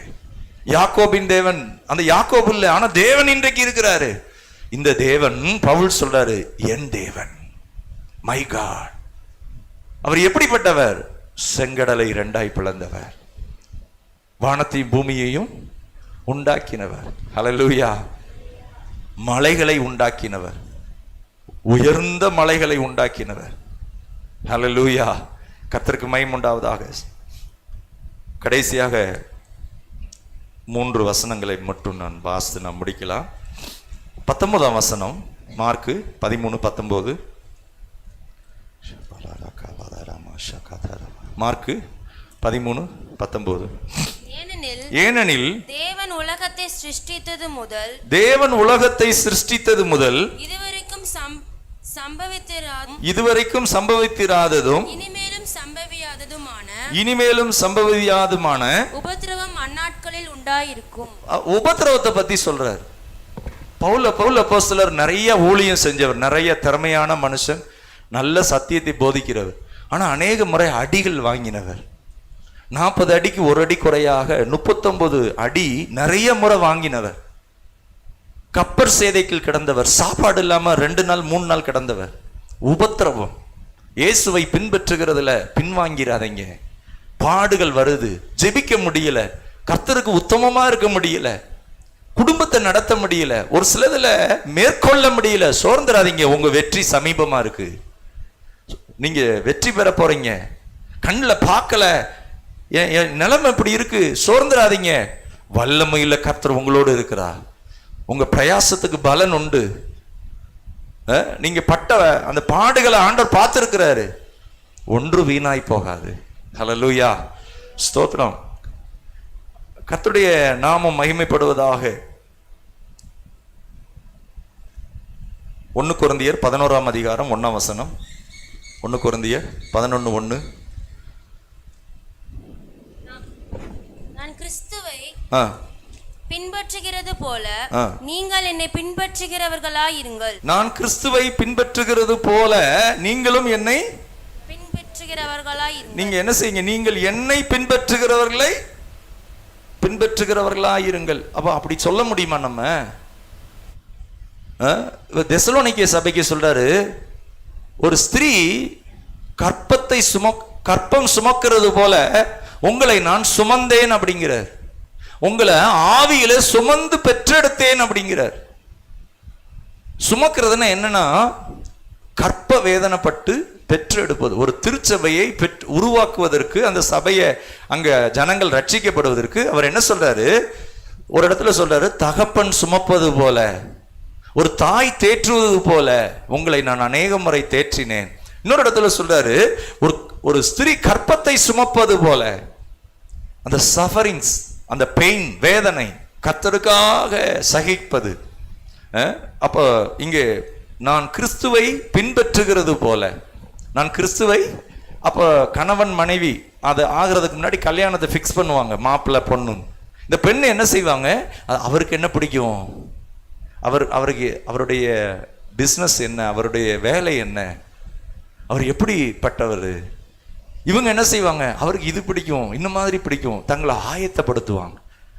மணவாளன் இயேசுவுக்கு நான் பரிசுத்தமா இருக்கணும், நான் இன்னும் அவருக்கு பிரியமா இருக்கணும், நான் இன்னும் ஜெபிக்கணும், இன்னும் நான் என் பிள்ளைய நடத்தணும், என் குடும்பத்தை நடத்தணும், என்னை சுற்றி இருக்கிற சமுதாயம், அவருக்காக நான் ஏதாவது ஒன்று செய்யணும்.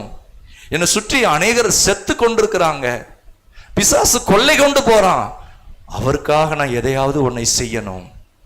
அவரை போல கிறிஸ்துவை நான் பின்பற்றுகிறது போல நீங்கள் என்னை பின்பற்றுங்கள். தன்னை நிறுத்துறார். எலியா சொல்வாரு, கர்த்தருக்கு முன்பாக நிற்கிற நான். சொல்ல முடியுமா? சொல்றார் பாருங்க, நான் என் வாக்கின்படியே அன்றி, அவர் வார்த்தையின்படி கர்த்தர் பேசுவாராம். எப்படி இருக்கு பாருங்க, என் வாக்கின்படியே. அப்படின்னா என்ன அர்த்தம்? இவர் வாயும் கர்த்தர் வாயும் என்னது? சத்தமா சொல்லுங்க, என்னது? ஒண்ணு.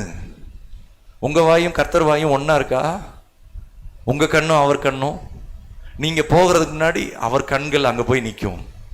நீங்க போய் ஒரு காரியத்தை செய்யறதுக்கு முன்னாடி உங்களுக்காக போய் அங்க நிப்பாரு. நீ கூப்பிடும் முன்னே நான் இருக்கிறேன் என்று கர்த்தர் சொல்வாரா?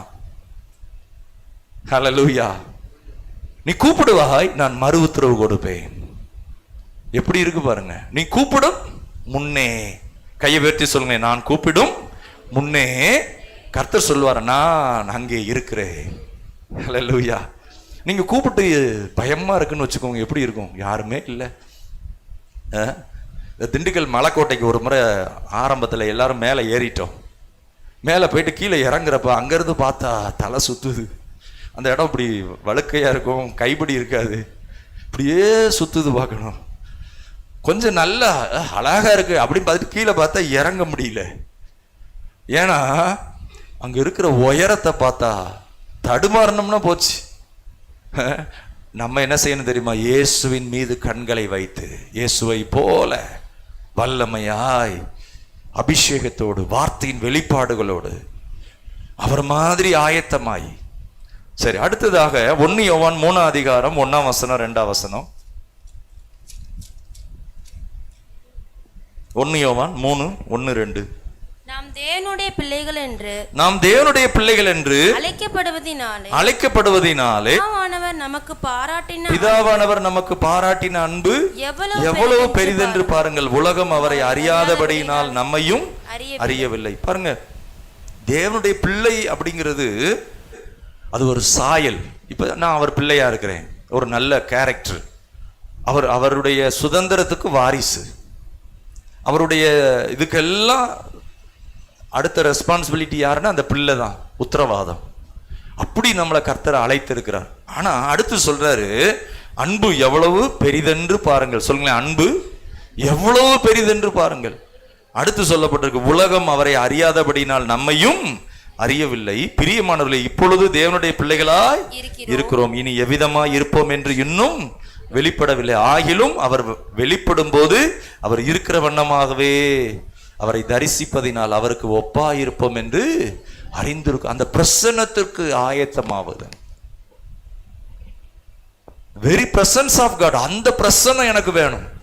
அவரை போல நான் மாறணும், அவரை போல வல்லமையா இருக்கணும், அவரை போல நான் ஜெயிக்கணும், அவரை போல. அவர் வாயை திறந்தோன்னு பிசாசு அலறி கொண்டு ஓடுது, அவரை போல. அப்ப இன்னும் இன்னும் இன்னும் இன்னும் பரிசுத்தம், இன்னும் மகிமை, இன்னும் ஜெபம், இன்னும் அந்த சந்தோஷம், இன்னும் அவருடைய இரக்கம், இன்னும் அவருடைய அன்பு மகிமையின் மேல மகிமை அடையத்தக்கதா. இப்பதான் ஒரு பிரச்சனைக்கு ஜெயம் பெற்று எழுந்தேன், அடுத்து ஒரு பிரச்சனை, பரவாயில்ல, என் கூட இருக்கிறவர் பெரியவர், இன்னும் அவர் மீட்பு இருக்கு, இன்னும் அவர் வல்லமை இருக்கு, இன்னும் அவர் உயிரோடு இருக்கிறார், அவர் சமீபமாக இருக்கிறார். அன்னைக்கு கொடுத்த பாடம், அன்னைக்கு கொடுத்த அந்த ட்ரைனிங், அவர் உண்மையுள்ளவராக இருக்கிறார். 1 கொரிந்தியர் 1 போட்டிருக்கு, உங்களை அழைத்த தேவன் உண்மையுள்ளவர். சொல்லுங்களேன், உண்மையுள்ளவர். கோலியாத்தை அடிக்கிறதுக்கு முன்னாடி கரடியும் சிங்கத்தையும் அடிச்சவர் தாவீதுக்கு கர்த்தர் சொல்றார், நான் உண்மையா இருக்கிறேன், இந்த கோலியாத்தையும் அடிக்க உனக்கு உதவி செய்வேன். ஏற்கனவே பிரச்சனையை எதை கடந்து வந்தீங்க, ஆறுகளை கடந்தீங்க, தண்ணீரை கடந்தீங்க, அக்கினியை கடந்தீங்க, மறந்துடாதீங்க. அதெல்லாம் சொல்லி சொல்லி ஸ்தோத்திரம் பண்ணுங்க. அன்னைக்கு அதே இருந்த கர்த்தர் இன்னைக்கு இருக்கிறாரு. பிசாசு சொல்லுவான், இந்த மலை பெரிய மலை, இதை தாண்ட முடியாது உன்னால, இதுல செத்து போயிருவா அப்படிமா.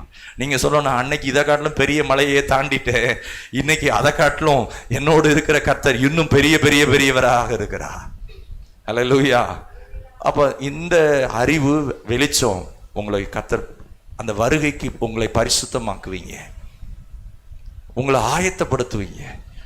நினையாத நேரத்தில் அவர் எப்ப வர்றாருன்னு தெரியாது, ஆனா நீங்க எப்படி இருப்பீங்க, இன்னும் நேசிச்சு நேசிச்சு உங்களை பரிசுத்தமாக்கி உங்களை அந்த அந்த ப்ரிப்பரேஷன் எக்யூப்பிங், உங்களை அதிகமா கவனமா, உங்களை ஹம்பிளா. அந்த அந்த சாமுவேல் சொல்றாரு, கர்த்தாவே சொல்லும் அடியேன் கேட்கிறேன். சொல்லுங்களேன், கர்த்தாவே சொல்லும் அடியேன் கேட்கிறேன். இன்னைக்கு நிறைய பேர் என்ன சொல்றாங்க, நான் சொல்றேன் ஆண்டவரே நீங்க கேளுங்க. எப்படி இருக்கு பாருங்க, நான் சொல்றேன் ஆண்டவரே, இதுதான் என் ப்ரோக்ராம், இதுதான் என் பிளான், என் பிள்ளைய குறித்து, என் குடும்பத்தை குறித்து, என்ன குறித்து நீங்க கேளுங்க ஆண்டவரே. அப்படியா? ஆண்டவரும் நான் வெளியே போய்க்கிறேன் பாண்டுருவார். ஏன்னா இதோ வாசற்படியில் நின்று கதவை தட்டுகிறேன். உங்க பிள்ளைக்கு அவர் நல்லவராக இருப்பா, உங்க சந்ததிக்கு அவர் உண்மையுள்ளவராக இருப்பா. மரணத்துக்கு ஏதுவாயிருக்கிற ஒவ்வொரு நபரையும் விடுவிக்க அவர் நீதியுள்ளவராக இருக்கிறார், அவர் ரட்சிக்க வல்லமையுள்ளவராக இருக்கிறார். எபிரேயர் 7:8 போட்டிருக்கு, அவர் முற்றுமுடிய ரட்சிக்க வல்லமையுள்ளவராக இருக்கிறார். அதனால நீங்க அவர் மேல விசுவாசம் வைங்க. இந்த இயேசுவை பத்தி என்னென்னதெல்லாம் சொல்லப்பட்டதோ அப்படிலாம் அவருடைய வருகை இருந்தது. 2ஆம் வருகை என்பது அவர் சொன்னபடியே அவர் வெளியரங்கமாய் வருவார். அதற்கு நீங்களும் நானும் ஆயத்தமாய் இருக்கத்தக்கதாக கடைசி அந்த வசனத்தை வாசித்து முடிக்கலாம். 2 தீமோத்தேயு 4:2, 2 தீமோத்தேயு 4:2.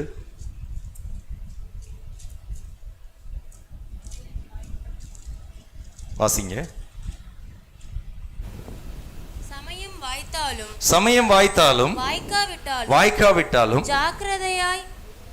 ஜாக்கிரதையாய் திருவசனத்தை பிரசங்கம் பண்ணு, எல்லா நீடிய சாந்தத்தோடும் உபதேசத்தோடும் கண்டனம் பண்ணி கடிந்து கொண்டு புத்தி சொல்லு. என்ன சொல்றாரு? நீ ஒரு பிரசங்கியார், பிரீச்சர். தீமோத்தேயுவை பார்த்து சொல்றாரு, உன் பிரசங்கம் பண்ற வேலையை பாரு. சொல்லுங்களேன், பிரசங்கியாரே பிரசங்கம் பண்ற வேலையை பாரு. அப்படின்னா என்ன அர்த்தம்? பிரசங்கம் பண்றவரு பிரசங்கத்தை தான் பேசணும், சொந்ததை பேசக்கூடாது. சொந்த கதை, வீட்டு கதை.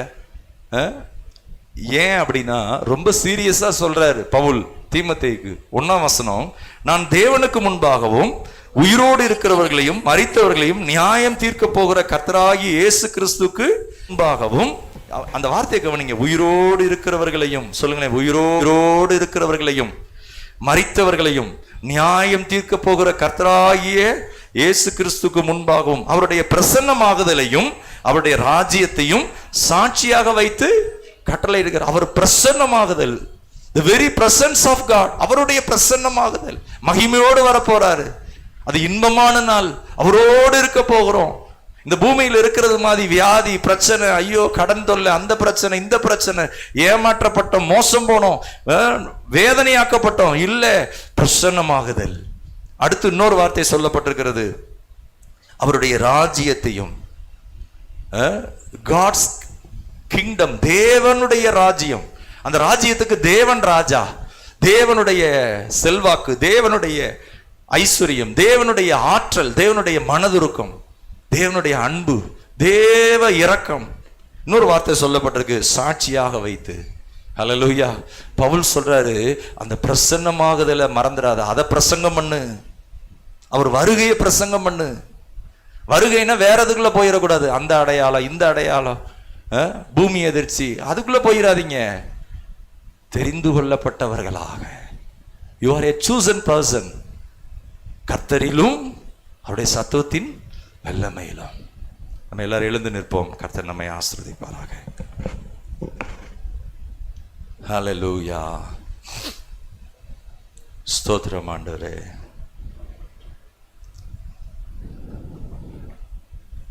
ஸ்தோத்திரம். நீங்க வீட்டில் கூட போய் வாசித்து பாருங்க. 2 சாமுவேல் 4:12 தாவீது செய்த பாவத்தினாலே அவனுக்கு பிறந்த பிள்ளை மரண அவஸ்தையில கிடக்கும். தாவீது உபவாசம் பண்ணி ஜெபம் பண்ணிட்டு இருப்பாரு, சாப்பாடே சாப்பிட மாட்டாரு. ஆனா அந்த பிள்ளை செத்து போயிடும். யார் போய் ராஜாட்ட போய் அந்த செய்தியை சொல்றது? பயந்துகிட்டு இருப்பாங்க. ஏன்னா ராஜாட்ட போய் துக்க செய்தியை சொன்னவன் செத்தான். ஆனா பிள்ளைக்காக தாவீது சாப்பிடாம இருக்கிறாரு. பிள்ளை செத்து போச்சுங்கிற செய்தி தாவீது காதுல விழுது. ஐயோ நான் போக மாட்டேன் அப்படின்னு பேசுறாங்க. ஆனா காதுல விழுந்த உடனே தாவீது அந்த உபவாசத்தை முடிச்சிட்டு சாப்பாடு வைங்க அப்படிங்கிறார். அப்ப என்ன சொல்றாருன்னா, இனி நான் அவனிடத்தில் செல்வேனே அன்றி அவன் என்னிடத்தில் வரமாட்டான். மரணம் என்பது என்னன்னா, நம்ம எல்லாரும் நம்மளை விட்டு கடந்து போனவங்களை ஒரு நாள் முகமுகமாய் பார்ப்போம். அந்த நம்பிக்கை. ஹல்லேலூயா. எல்லாரும் சங்கமம் ஆவோம். இயேசுவோடு இருந்து மரித்தவர்கள், அவங்கள நம்ம சந்திப்போம். அந்த தாவீது சொல்றாரு, சாப்பாடு கொண்டு வாங்க. எல்லாரும் ஆச்சரியப்படுறாங்க, என்ன இவ்வளவு நாள் சாப்பிடாம இருந்தாரு, சாப்பாடே வேணான்னு இருந்தாரு. கிட்டத்தட்ட 1 வாரம் அப்படி இருந்திருக்கிறாரு. பிள்ளை செத்து போச்சு. ஆனா செத்து போன பிறகு சொல்றாரு, இனி நான் அவனிடத்தில் செல்வேனே அன்றி அவனிடத்தில் திரும்பி வருவதில்லை. அந்த வெளிப்பாடு பவுல் அதான் சொல்றாரு. தெசலோனிக்கேயர் புஸ்தகத்துல என்ன சொல்றாருன்னா, இந்த வார்த்தைகளினாலே ஒருவரை ஒருவர் தேற்றுங்கள்.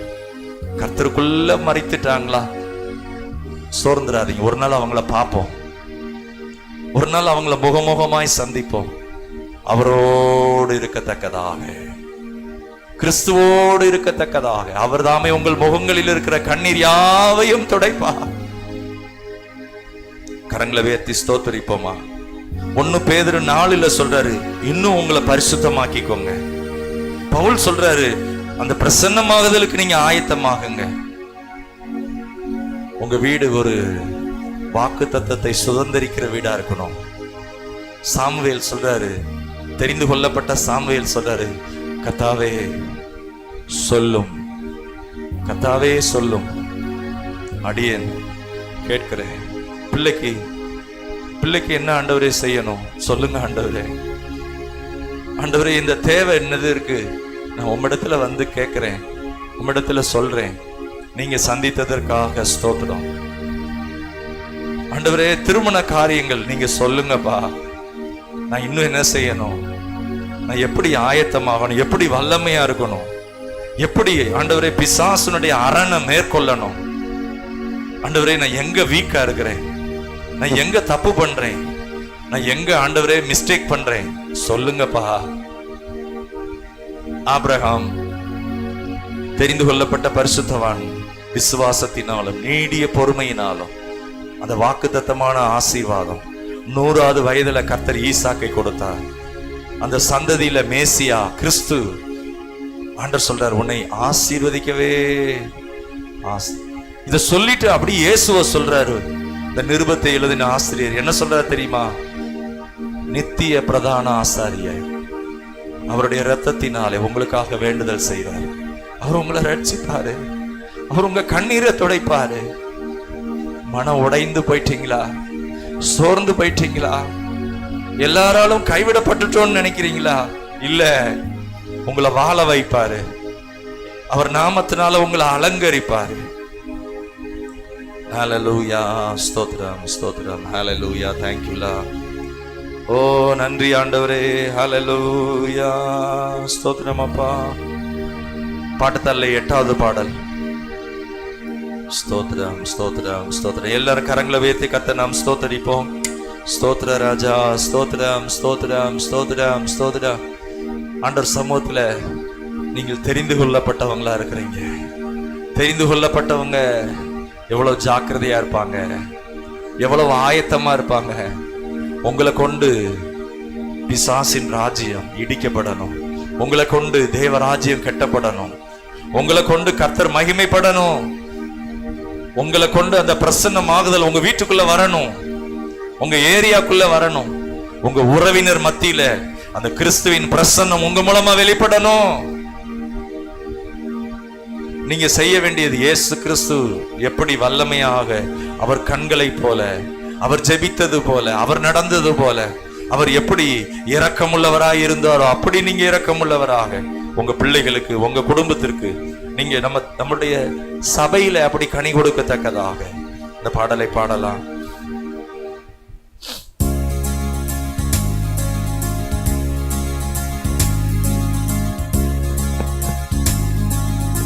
அவர் உன்னை விட்டு விலகுவதில்லை, அவர் உன்னை என்றும் கைவிடுவதும் இல்லை.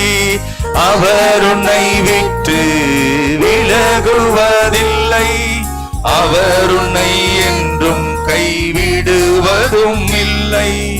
உள்ளம் கையில் வரைந்தவர், அவர் உன்னை என்றும் மறப்பதும் இல்லை. உள்ளம் கையில் வரைந்தவர், அவர் உன்னை என்றும் மறப்பதும் இல்லை. உள்ளம் கையில் வரை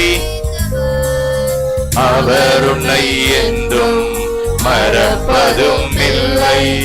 இஸ்ரவேலே கர்த்தரை நம்பு, கர்த்தரை நம்பு, கர்த்தரை நம்பு. இஸ்ரவேலே அவரும் துணையும் கேடகமானவர், அவரும் துணையும் கேடகமானவர்.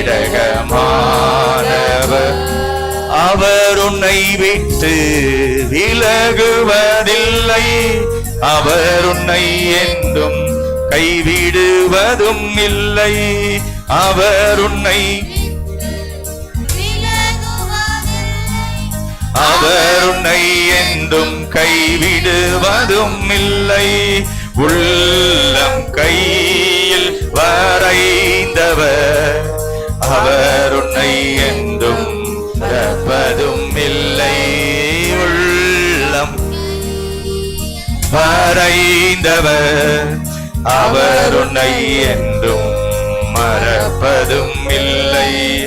இஸ்ரவேலே கரங்களை உயர்த்தி கர்த்தரை நம்பு, கர்த்தரை நம்பு, கர்த்தரை நம்பு.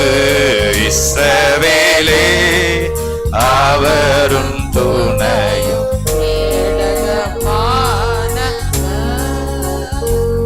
கரங்களை உயர்த்தி, அவர் புழுதியிலிருந்து தூக்கினார், குப்பையிலிருந்து உயர்த்தினார். பிரபுக்களோடும் ராஜாக்களோடும் உட்கார செய்தா. சொல்லுங்களேன். புழுதியிலிருந்து தூக்கினா, குப்பையிலிருந்து உயர்த்தினா, பிரபுக்களோடும் ராஜாக்களோடும் என்னை உட்கார செய்தா. அக்கினியில் நான் நடக்கும்போது, ஆறுகளை நான் கடக்கும் போது அக்கினி பற்றாது, ஆறுகள் புரளாது. கர்த்தர் என்னோடு இருப்பதாலே, கர்த்தர் என்னோடு இருந்ததாலே. அவர் உங்களோடு இருக்கிறாரா? அவரால் தெரிந்து கொள்ளப்பட்டிருக்கிறீங்களா? அசதியா இருக்கிறீங்களா? சாபமா இருக்கிறீங்களா? ஆசீர்வாதமா இருக்கிறீங்களா? உங்க வாழ்க்கை ஆண்டவருக்கு முன்னாடி கனி கொடுக்கிறதா இருக்கா, இல்ல சபிக்கப்பட்டதா இருக்கா? ஆண்டவருக்கு முன்னாடி நம்ம நிற்கும் போது நம்ம என்ன சொல்ல போறோம்? நம்ம குடும்பத்தை குறித்து என்ன சொல்ல போறோம்? நம்முடைய தனிப்பட்ட வாழ்க்கையை குறித்து என்ன சொல்ல போறோம்? பிள்ளைகளை குறித்து என்ன சொல்ல போறோம்? நமக்கு ஆண்டவர் கொடுத்த தாளந்துகள், நம்ம மூலமா அழுகையோடு இருக்கிறவங்க யாராவது விடுதலையாக்கப்பட்டாங்களா? எல்லாம் முடிஞ்சு போச்சுன்னு மரணத்துக்கு ஏதுவா இருந்தவங்க யாராவது சந்திக்கப்பட்டாங்களா? நீங்க ஜெபம் பண்ணீங்களா? உங்க ஜெபம் யாரையாவது விடுதலையாக்குச்சா? உங்களுக்குள்ள இருக்கிற பரிசுத்தம், உங்களுக்குள்ள இருக்கிற அந்த கிளீனினஸ், ஒரு சுத்தமாக்குதல், மற்றவங்களுக்கு அது ஒரு மகிமையான பிரசன்னத்தை கொடுத்ததா? எத்தனை பேருக்கு கடந்த நாள்ல ஆசீர்வாதமா இருந்திருக்கிறீங்க? ஹல்லேலூயா. நீங்கள் தேவனால் தெரிந்து கொள்ளப்பட்டவர்கள், நீங்கள் தேவனால் முன்குறிக்கப்பட்டவர்கள். ஆண்டவர் உங்களை அதுக்கு தான் தெரிந்து கொண்டிருக்கிறார். கர்த்தர் உங்களை கொண்டு வாக்குத்தத்தமான ஆசீர்வாதங்களை உங்களுக்குள்ள நிறைவேற்ற அவர் விரும்புகிறார். அவர் உங்களை விட்டு விலகவில்லை, உங்களை கைவிடல. நீங்க படுற பாடுகள், பிரயாசம் ஒன்று வீணா போகாது. ஜெபிப்போம். சர்வவல்லமையுள்ள எங்கள் பிதாவே, உம்மை நாங்கள் ஸ்தோத்திரிக்கிறோம். ஆண்டவராகிய இயேசுவின் நாமத்திலே ஆண்டவரே ஸ்தோத்திரம் அப்பா. ஒவ்வொருவரையும் ஆசீர்வதிப்பீராக. இந்த வெளிப்பாடுகளாலே உடைய வருகைக்கு ஆயத்தமாக இருக்கத்தக்கதாக, இன்னும் சுத்திகரிக்கத்தக்கதாக, நீர் விரும்புகிற வண்ணமாக, உமக்கு பிரியமானதை செய்யத்தக்கதாக ஆயத்தமாக இருக்கிற நான் உன் நடுவிலே வந்து வாசம் பண்ணுவேன். நான் உன் நடுவிலே வந்து வாசம் பண்ணுவேன். ஸ்தோத்திரம். உன் நடுவிலே வந்து நான் வாசம் பண்ணுவேன். ஹல்லேலூயா. கொரிந்தியர் புஸ்தகத்தில் சொல்லப்பட்டிருக்கிறது, நான் உங்கள் நடுவிலே உலாவி, உங்க வீட்டுக்குள்ள உலாவி உங்கள் தேவனாயிருப்பேன். நான் உங்க அப்பாவா இருப்பேன். நீங்கள் எனக்கு குமாரராக, குமாரத்திகளாக. கைகளை உயர்த்தி ஸ்தோத்திரிப்போம். ஸ்தோத்திரம், ஸ்தோத்திரம், ஸ்தோத்திரம், ஸ்தோத்திர ராஜா. உங்க பிள்ளைகளை கர்த்தருடைய வழிகளில் நடத்துங்க. காலை ஆராதனையில் வராதவங்களை சாயந்தர ஆராதனைக்கு உற்சாகப்படுத்துங்க. சாயந்தர ஆராதனைக்காக ஜெபித்து கொள்ளுங்கள். கர்த்தர் நல்லவர். ஜெபிப்போம். சர்வவல்லமையுள்ள எங்கள் பிதாவே, இயேசுவின் நாமத்திலே ஸ்தோத்திரம் அப்பா. ஒவ்வொருவரையும் கர்த்தர் ஆசீர்வதிப்பீராக. ஒவ்வொருவரையும் கர்த்தர் பலப்படுத்துவீராக. வாக்குத்தத்தத்தை சுதந்திரித்து ஆண்டவரே ஜாக்கிரதையாய் இருக்கத்தக்கதாக, ஆண்டவரே வாக்குத்தத்தமான ஆசீர்வாதங்களை சுதந்திரிக்கிறவர்களாக ஒவ்வொருவரையும் நீர் பலப்படுத்தி இருக்கிறீர். வெளிப்பாடுகளை தந்திருக்கிறீர். உம்முடைய பிரசன்னத்தினால் இடைகட்டி இருக்கிறீர். கற்றுக் கொடுத்திருக்கிறீர். ஆசீர்வதிங்க இயேசுவின் நாமத்தில் பிதாவே, ஆமென். என் ஆத்துமாவே கர்த்தரை ஸ்தோத்திரி, முழுவதுமேட பரிசுத்த நாமத்தை ஸ்தோத்திரி. என் ஆத்துமாவே கர்த்தரை ஸ்தோத்திரி, அவர் செய்த சகல உபகாரங்களையும் மறவாதே. ஆமென். நம்முடைய கர்த்தராகிய இயேசு கிறிஸ்துவின் கிருபையும் பிதாவாகிய தேவனுடைய அன்பும் பரிசுத்த ஆவியானவருடைய அன்னை ஐக்கியமும் வழிநடத்தலும் சமாதானமும் ஆறுதலும் நம் அனைவரோடும் இன்றும் என்றும் சதா காலம் இருப்பதாக. ஆமென். ஹல்லேலூயா. கர்த்தர் உங்களை ஆசீர்வதிப்பாராக. Praise the Lord.